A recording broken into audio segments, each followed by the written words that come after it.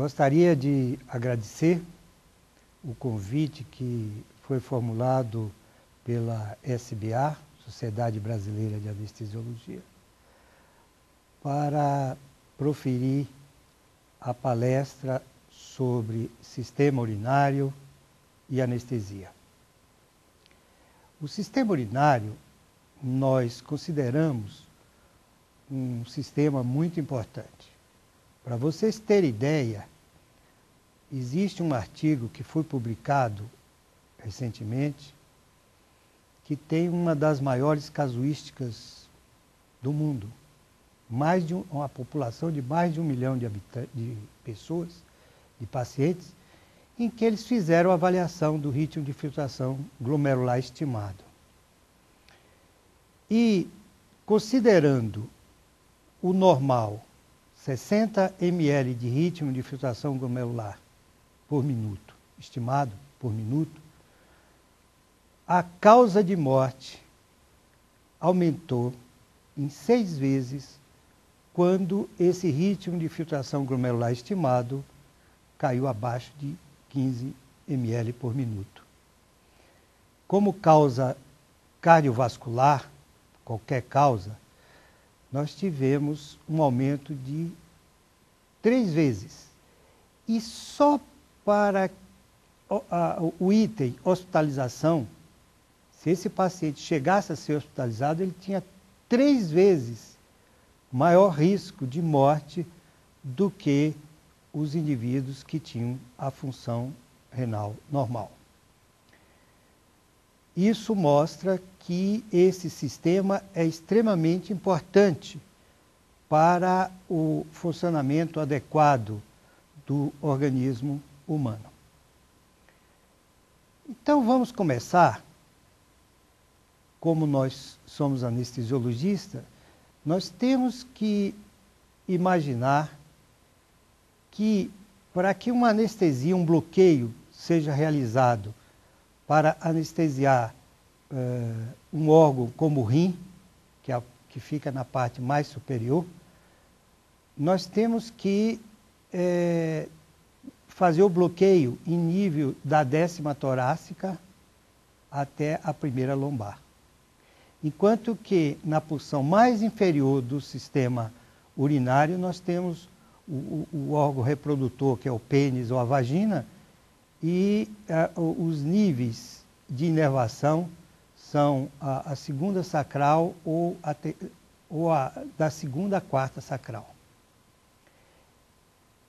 O órgão rim, ele possui aproximadamente 1 milhão de néfron, que é a unidade funcional do rim. Este néfron, ele pode ter diversos tamanhos, a depender do posicionamento dele na região cortical, que geralmente ele tem uma alça de Rayleigh curta, enquanto que na região medular essa alça de Rayleigh se torna mais prolongada.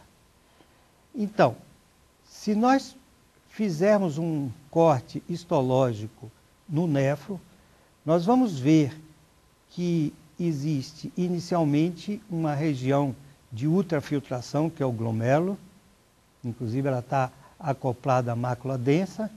Nós temos a cápsula de Bowman e temos, continuando, os túbulos, desde o túbulo contornado proximal até o túbulo distal, ou duto coletor.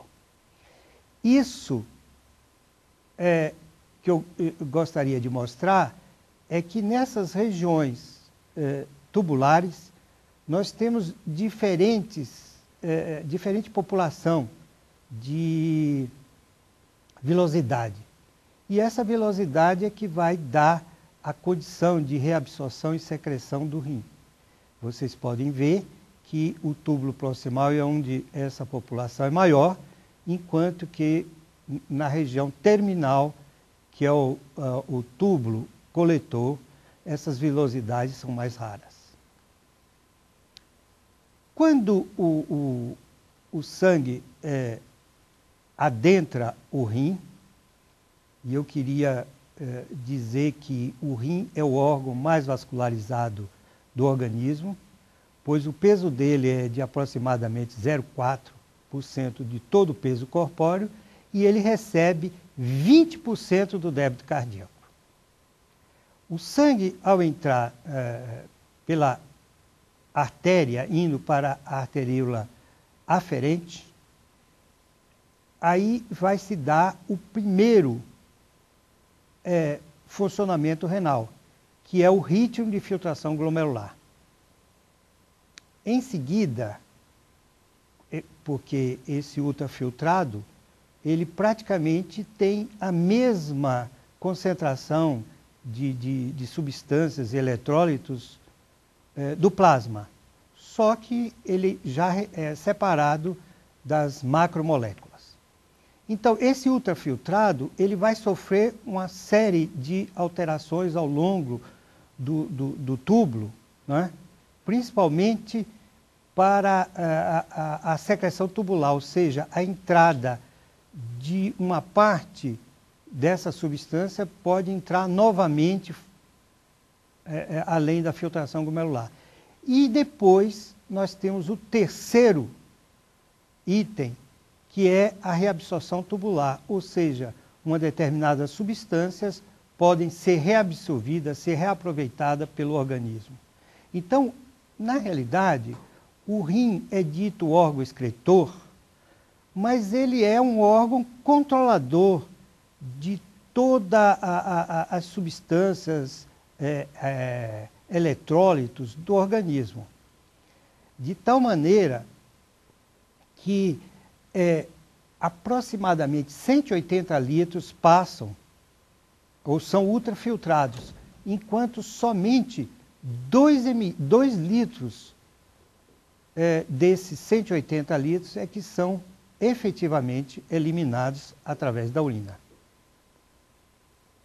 Para a gente fazer uma avaliação, a primeira coisa é avaliar o ritmo de filtração glomerular.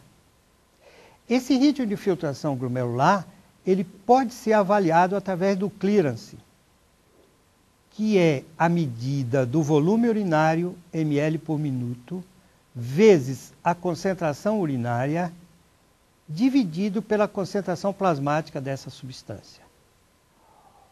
O que mais se aproxima, a substância que mais se aproxima do ritmo de filtração glomerular verdadeiro é a inulina. Acontece que o clearance de inulina há a necessidade de se fazer injeção de inulina, porque nós não temos essa substância no organismo. Então, ele é pouco prática. Então, na clínica diária, o clearance é usado como clearance de creatinina, que é uma substância endógena. E geralmente se faz a coleta do volume urinário de 24 horas, porque o grande erro é a coleta da urina. Os valores normais do ritmo de filtração, eles variam, são maiores no homem, são menores na mulher. A criança nasce, o recém-nascido, com 50% do ritmo de filtração glomerular em relação ao peso corporal, de modo que existe essa diferença. Só que a mulher, quando ela está na fase de gestação, o seu ritmo de filtração glomerular aumenta aproximadamente em 30%, exatamente para ela poder suprir as necessidades dela e do seu concepto. Vocês podem ver que uma coisa importante é que a idade influencia muito nesse ritmo de filtração glomerular. As pessoas, os indivíduos, têm o seu ritmo de filtração glomerular reduzido em 1% a partir de 30 anos de idade.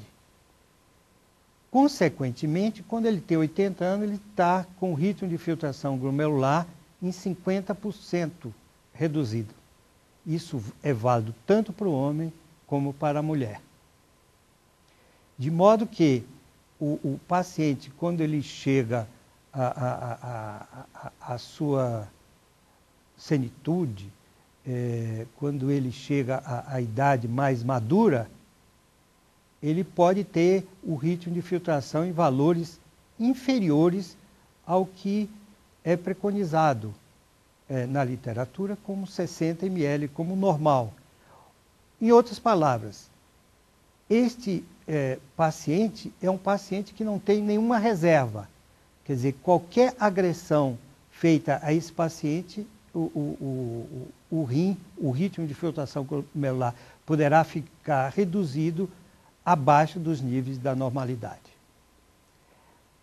A avaliação da função renal, ela geralmente é feita por um valor muito simples, que é o da creatinina plasmática. A creatinina plasmática faz 75 anos que ela é utilizada na clínica. Só que o grande problema da creatinina plasmática é que nós temos a certeza que existe a alteração da função renal só de maneira tardia. Ou seja, a creatinina plasmática ela é muito pouco específica. Não é? Aliás, ela é pouco sensível, mas somente tardiamente é que ela se torna extremamente específica. Quer dizer, quando existe alteração da creatinina plasmática, é sinal que o rim já está com a sua função renal deteriorada em valores muito elevados. Mas, havendo aumento da creatinina plasmática, com certeza nós podemos fazer o diagnóstico de alteração importante da função renal. Isso é válido para ambos os sexos, tanto para o homem como para a mulher e para esses indivíduos. Por isso que, para dar uma maior acurácia ao exame só da creatinina plasmática, foi criado a creatinina estimada, o clearance de creatinina estimado, que é dado pela seguinte fórmula: 140 é uma constante, menos a idade, vezes o peso, dividido pela creatinina plasmática. Com isso, nós temos o clearance de creatinina estimado. Eu acho que nós deveríamos todos solicitarmos ao laboratório que, em vez de fornecer a creatinina plasmática, o ideal seria fornecer o clearance de creatinina estimado. Por isso que houve uma recomendação de um grupo que estuda, o Grupo Nacional de Rim, né, do Programa de Educação dos Estados Unidos, em que ele considera que a creatinina plasmática deve ser substituída pelo ritmo de filtração glomerular estimado. A segunda regra, em que ele considera que deveria ser registrado só valores acima de 60 ml. Então, igual ou acima de 60 ml, nós consideramos o rim como um órgão com funcionamento normal. Só que valores abaixo de 60 ml, eles devem ser expressos nos seus verdadeiros valores. Então, se nós tivermos um valor de 27 ou 29,7 ml por minuto, ou menos de 60, esses valores têm que ser dados até a primeira casa decimal. Hoje, nós temos uma alternativa de exame para substituir a creatinina plasmática, que é a cistatina C. A cistatina C é uma substância endógena, é um varredor mitocondrial, em que ele é eliminado pela célula em valores constantes.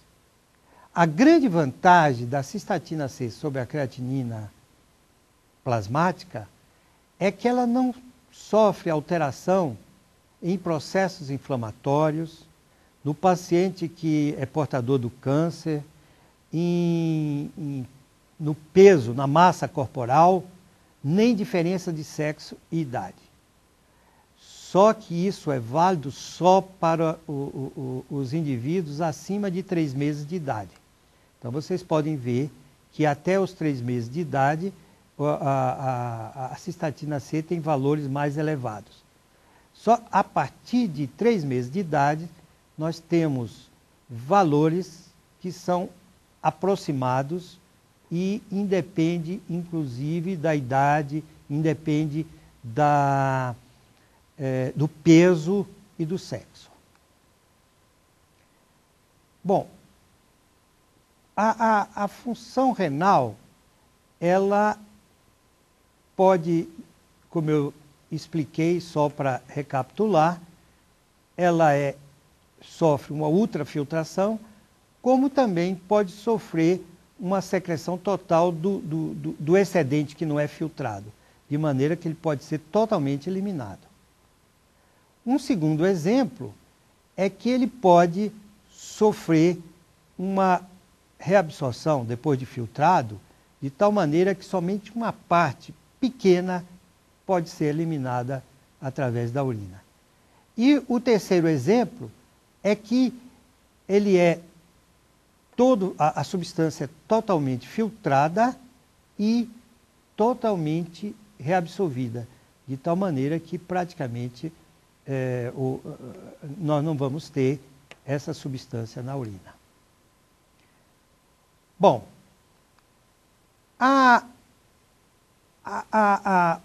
dito isso, eu queria dizer que o rim tem múltipla funcionalidade, ou seja, ele atua de maneira efetiva no controle do equilíbrio ácido-base.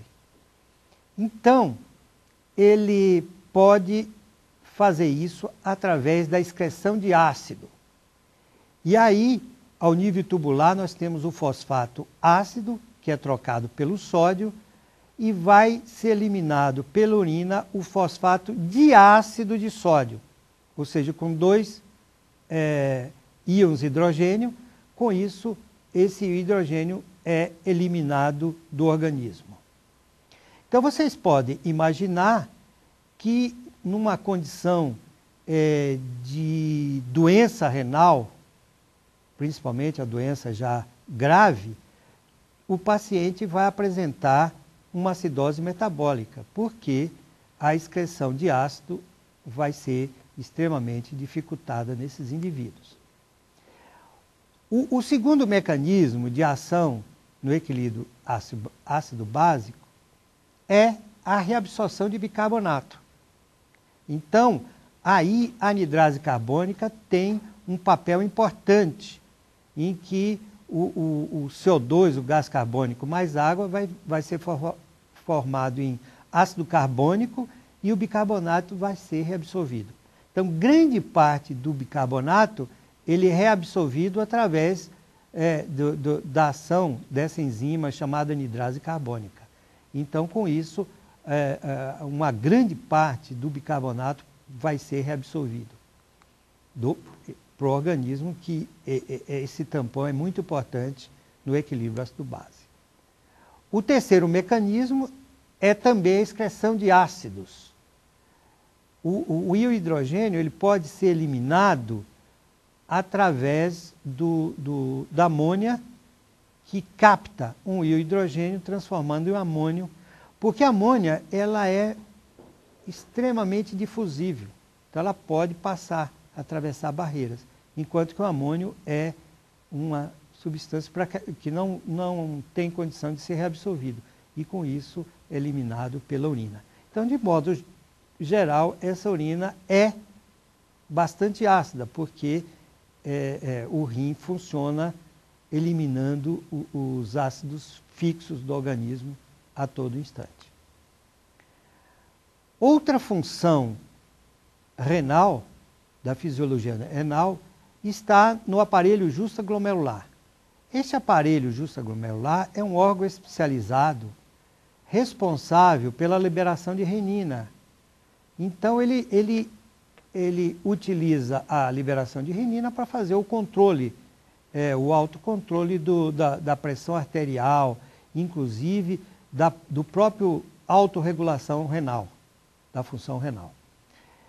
Influencia na liberação dessa renina a estimulação simpática beta-adrenérgica ou alteração da pressão da parede da artéria aferente ou modificação do fluxo de cloreto através da mácula densa. Então, existem fatores nervosos e fatores de volume que vão interferir no aparelho justaglomerular. Para vocês entenderem esse mecanismo, eu mostraria o aparelho justaglomerular. Então, se houver redução da arteríola aferente, via estimulação de nervo, dando vasoconstrição, nós vamos reduzir o contato do túbulo, né, da mácula densa com células justaglomerulares e surgir a liberação da renina. Então, existe, tanto do lado da volemia como do lado nervoso, a possibilidade dessa movimentação do contato entre a mácula densa e as células justaglomerulares com a liberação da renina, desencadeando o sistema renina-angiotensina-aldosterona. O rim, ele tem a capacidade de regular a volemia. Ele faz isso através do mecanismo da contracorrente. Então, na alça de Henle, vocês podem ver que no segmento descendente, a osmolaridade do líquido é em torno de 300. E ele pode chegar a 1.400 na porção mais medular da alça de Henle. E depois, em seguida, essa osmolaridade vai sendo aumentada. Então, vocês podem ver que tudo isso acontece porque existe a permeabilidade da água no segmento descendente, né? E com participação ativa também do sódio. Isso acontece também no segmento ascendente, de tal maneira que ele volta a receber, a perder água e receber o sódio no segmento descendente e ascendente. De tal maneira que no duto coletor, essa osmolaridade, lá na parte mais superior, ele é 300. E aí existe uma dicotomia. Se houver a presença do hormônio antidiurético, nós vamos ter o quê? A reabsorção de líquido, de água, de maneira que a urina fica muito concentrada. Isso porque o rim percebe que existe necessidade de preservar volume. Se existe excesso de volume, o hormônio diurético está bastante reduzido, não existe a permeabilidade da água nesse duto coletor e, com isso, a diurese pode ser intensa. Isso, na ausência do hormônio antidiurético, que pode estar ausente em determinadas condições patológicas, nós temos a diabetes insípidos, né?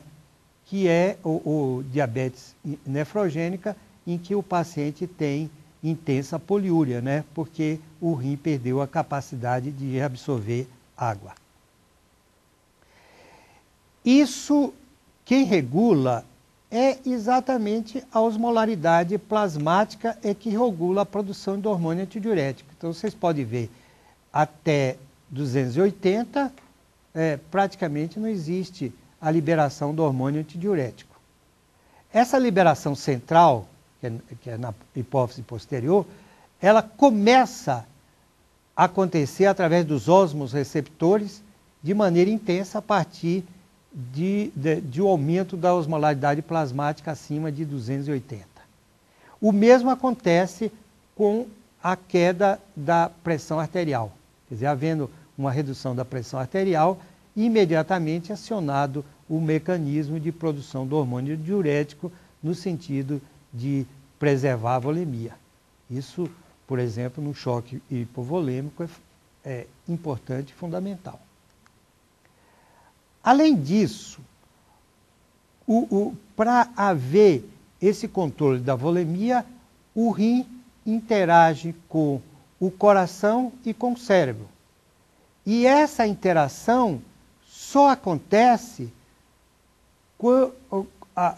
ou melhor, só foi descoberto recentemente, na década de 80, com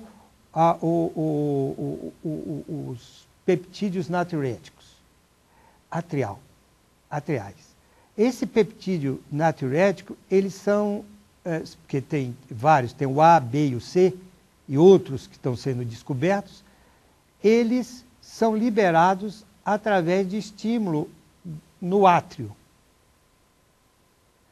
Quer dizer, no átrio do coração, nós temos a produção desses peptídeos que interagem tanto estimulando a volemia, quer dizer, aumentando a diurese, o ritmo de filtração, e também sofre o controle em nível central. Esse fator natriurético, na realidade, é cadeia de aminoácido que tem uma característica interessante, um formato em gravata. Para vocês terem noção da importância do fator natriurético, foi feita uma pesquisa em que os animais eram deprivados de água, de tal maneira que vocês podem ver o controle inicial, né, com valores em torno de 40 ou mais de fator natriurético atrial e praticamente a ausência da arginina vasopressina, o hormônio antidiurético. E à medida que o animal era deprivado de líquido, até o estado de desidratação, vocês podem ver que o fator natriurético ia sendo reduzido gradativamente e o fator natriurético ia elevando também gradativamente, formando praticamente uma imagem espelho. De modo que, em resumo, o rim ele atua no sistema renina-angiotensina-aldosterona, ou seja, na volemia. Ele tem um sistema próprio, que é a produção de prostaglandina. Então, nós temos prostaglandina tipo PG2, PGF, que são vasodilatadoras, ou as tromboxanas, né, que são vasoconstritoras. Então, essas prostaglandinas são muito importantes para a autorregulação renal, porque senão, como eu disse, o rim é um órgão que recebe uma volemia muito grande. Então, em estado de baixo débito, por exemplo, num choque, essas prostaglandinas elas vão ser liberadas no sentido de dar autorregulação renal. O mesmo com relação ao hormônio antidiurético, lembrar que o rim produz eritropoetina, que interfere no controle de hemácias, de modo que o paciente com insuficiência renal grave ele tem uma anemia normocítica normocrômica, e o peptídeo natriurético atrial, que é aquele elo entre o rim, o coração e o cérebro. Vamos agora mostrar que o rim ele controla a volemia através do sódio, de maneira que o túbulo proximal reabsorve aproximadamente 65% do sódio, enquanto a alça ascendente de Henle, 25%. E o restante, na porção distal, entre 7% a 2%.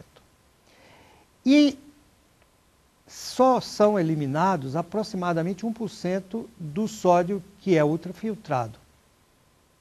Agora, existem fármacos que são capazes de interferir na reabsorção do sódio. Então, nós temos as 5 categorias de diuréticos. O que atua na pulsão proximal são os inibidores da anidrase carbônica. Eles são diuréticos muito fracos porque o túbulo proximal ele tem condição de se suplantar. Quer dizer, é uma competição que ele ganha sempre, exatamente porque ele tem sempre uma capacidade maior de reabsorver o sódio. Nós temos no 2 os diuréticos osmóticos, que são os carreadores de líquido, através da osmolaridade dele. O exemplo é o manitol. O terceiro seria o diurético de alça, que são os diuréticos mais potentes, mais efetivos, exatamente porque não tem aquela condição inicial da reabsorção do túbulo proximal de sódio. De maneira que, uma vez eliminado o sódio, ele praticamente será eliminado sem haver nenhuma compensação.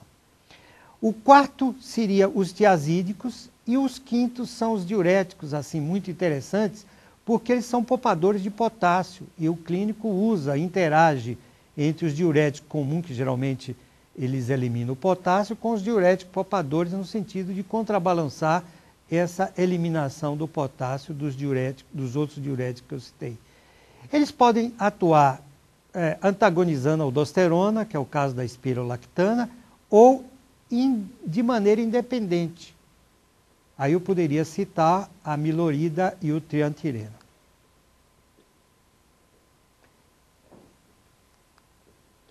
O manitol, ele aumenta o quê?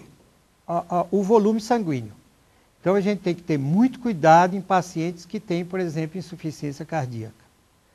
Ele aumenta o fluxo sanguíneo cortical e medular, o ritmo de filtração glomerular, e com isso ele vai produzir o quê? Uma diurese osmótica, aumentando o fluxo tubular de líquido. Lembramos também que o manitol, ele elimina também os radicais livres. De maneira que ele é usado, por exemplo, no transplante renal, porque ele pode ajudar a manter esse órgão até o momento do transplante. A furosemida, ela tem uma ação vasodilatadora cortical renal. Ela diminui a resistência aferente arteriolar. Ela reduz o ritmo de filtração glomerular e o fluxo tubular e reduz o consumo de oxigênio. Só que a gente tem que ter um cuidado muito grande em usar a furosemida porque ela pode causar um mal maior. Ou seja, quando nós tivermos uma diminuição da diurese, uma oligúria, se nós fizermos a furosemida, com toda certeza nós podemos prejudicar mais ainda o organismo, porque o rim está numa fase em que ele está preservando o volume, e o furosemide estaria eliminando, nós estaríamos tranquilos com a grande diurese, só que o paciente teria uma maior desidratação. Então eu gostaria de dar a definição de oligúria. A oligúria, ela é a diminuição da diurese menor que 400 ml no tempo de 24 horas. Como nós não trabalhamos com um período tão alargado de tempo, o ideal seria nós minutarmos ou medirmos a diurese em termos de hora. Então, no caso de hora, a oligúria seria quando a diurese for menor que 17 ml hora, ou abaixo de 0,3. Porque 0,5 ml por minuto é o normal de uma diurese. Então, abaixo de 0,3, nós estamos na condição de oligúria. A oligúria, ela não nos fala praticamente nada, a não ser que a gente consiga avaliar a concentração urinária. Então, a concentração urinária ela pode ser avaliada por vários equipamentos. Um deles é através da densidade urinária, de um densímetro. Só que vocês imaginem, eu estou com um déficit de urina, eu preciso de uma quantidade muito grande de urina para medir a densidade urinária pelo densímetro. Então, esse é um equipamento que não tem nenhuma maneira de ser realizado na oligúria. O equipamento preciso é o osmômetro, que mede a osmolaridade urinária. Mas é um equipamento pouco difundido nos nossos hospitais. O que eu recomendo é o uso de um refratômetro, que custa muito barato e com uma gota de urina nós temos condições de avaliar a densidade urinária. Então, esse urodensímetro, né, ele pode ter uma medida direta no própria sala de cirurgia da densidade urinária. Aí nós podemos chegar ao diagnóstico diferencial do tipo de oligúria através da avaliação urinária, né?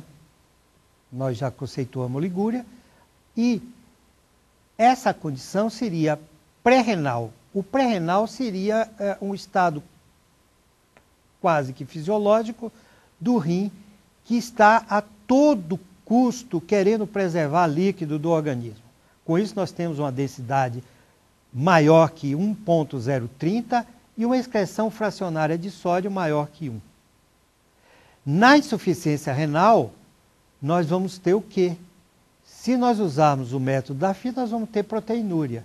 Mas, avaliado a densidade urinária, nós vamos ter uma densidade baixa e uma excreção fracionária acima de 1%. Com isso, no pré-renal e no renal, nós vamos ter densidade 1,020 ou mais, na renal 1,010, na osmolaridade acima de 300 osmóis, enquanto que a renal, esses valores são maiores, aqui menor, né, no caso do pré-renal. O sódio geralmente está bastante diminuído, enquanto que na renal está aumentado. A relação sódio-creatinina urinária é a mesma coisa, a excreção de sódio é que está diminuída, enquanto que na renal está aumentada. Isso quer dizer o seguinte, que o rim, no pré-renal, ele está no máximo de reabsorção de líquidos e sódio, enquanto que a renal ele perdeu essa capacidade por lesão tubular. E com isso nós temos a eliminação de proteínas de baixo peso no renal e de enzimas também. Quer dizer, a eliminação dessas proteínas e enzimas é que vão fazer também a diferenciação entre renal e pré-renal. Isso porque, por exemplo, a excreção fracionária de sódio, como existe a preservação do sódio, ela é muito importante. E ela é feita assim, avaliando-se o sódio urinário dividido pelo sódio plasmático e, por sua vez, a relação creatinina urinária dividido pela creatinina plasmática. Como esses valores são muito baixos, geralmente isso é feito em termos de porcentagem. Então, com isso, nós temos a excreção fracionária de sódio em porcentagem. O mecanismo geral que induz, da anestesia geral, que induz oligúria, é quando nós temos uma anestesia capaz de dar um baixo débito, uma redução da autorregulação, com consequente aumento dos hormônios antidiuréticos, angiotensina, produção de catecolamina, a alteração da redistribuição do fluxo sanguíneo, tudo isso vai dar uma diminuição da diurese em anestesia geral, geralmente profunda, com redução intensa do débito cardíaco. Bom, na oligúria, nós podemos fazer o tratamento profilático, principalmente com reposição de volume. Isso é o mais importante de tudo. E podemos usar fármacos que podem atuar como bloqueadores de cálcio, existe na literatura do canal de cálcio, substâncias inotrópicas para corrigir o débito cardíaco, drogas vasodilatadoras, alfa-2 agonistas, diuréticos. Eu acho que a gente tem que ter muito cuidado, porque não está nada provado que ele vá melhorar a condição renal, né? Manitol e a dopamina. A dopamina foi uma droga que foi muito usada, ela é um vasodilatador, principalmente usado 1 a 3 microgramas por quilo por minuto. Hoje em dia a dopamina caiu em desuso porque tem sido mostrado que a dopamina só tem um efeito vasodilatador. Inclusive nós temos um trabalho nosso em que a gente mostrou que se o paciente está hidratado, a dopamina aumenta a diurese. Se o paciente não está hidratado, isso aconteceu no pré-operatório, a dopamina não causou diurese, ou seja, aumento do volume urinário, nem a excreção de sódio. Por isso que meta-análises têm mostrado que a dopamina não tem alterado nem a condição de morte do paciente com insuficiência renal, nem o curso da insuficiência renal, nem tido nenhum outro benefício, de maneira que a dopamina hoje estaria em desuso. No lugar da dopamina, está sendo preconizado hoje o fenodelpan, que tem um aumento específico da dopamina 1, exclusivamente, que é vasodilatador, sem os outros efeitos da dopamina. Bom, quando nós temos uma lesão renal, o que nós temos inicialmente é a destruição das vilosidades tubulares. Com a destruição das vilosidades tubulares, nós vamos ter o quê? Uma lesão do túbulo proximal, uma lesão do túbulo distal, liberação de enzimas e proteínas de baixo peso, exatamente pela destruição dessas vilosidades, que tem inclusive origem estrutural, citoplasma, lilosoma, membranas e tudo. Isso tudo tem dado atualmente a condição de diagnóstico através de enzimas e proteínas de baixo peso. Então a primeira delas é a N-acetilglucosamina, o NAG. A outra é a fosfatase alcalina, ou o gama-GT, ou então proteínas de baixo peso, que é a beta-2 microglobulina e o retinol. Bem recentemente, com o estudo do genoma renal, se descobriu que essa substância que chama de maneira abreviada NGAL, que é a nitrofil gelatinase associada à lipocalina, ela é capaz de dar o diagnóstico precoce de insuficiência renal. Isso é um trabalho que foi publicado no Lancet, em que mostra que com 2 horas nós já temos a diferenciação de diagnóstico da insuficiência renal causada por cirurgia cardíaca com circulação extracorpórea. E o item creatinina plasmático só apareceu 24, 48 horas depois que foi surgir valores elevados da creatinina plasmática. Como eu falei no início, a creatinina plasmática ela é um avaliador bastante fidedigno da função renal, só que de maneira tardia. O mesmo nós temos com relação à medida do Negal na urina. Mais recentemente, existe um trabalho mostrando que a cistatina C tem a mesma condição de avaliar precocemente essa insuficiência renal da mesma maneira que o Negal. E isso acontece também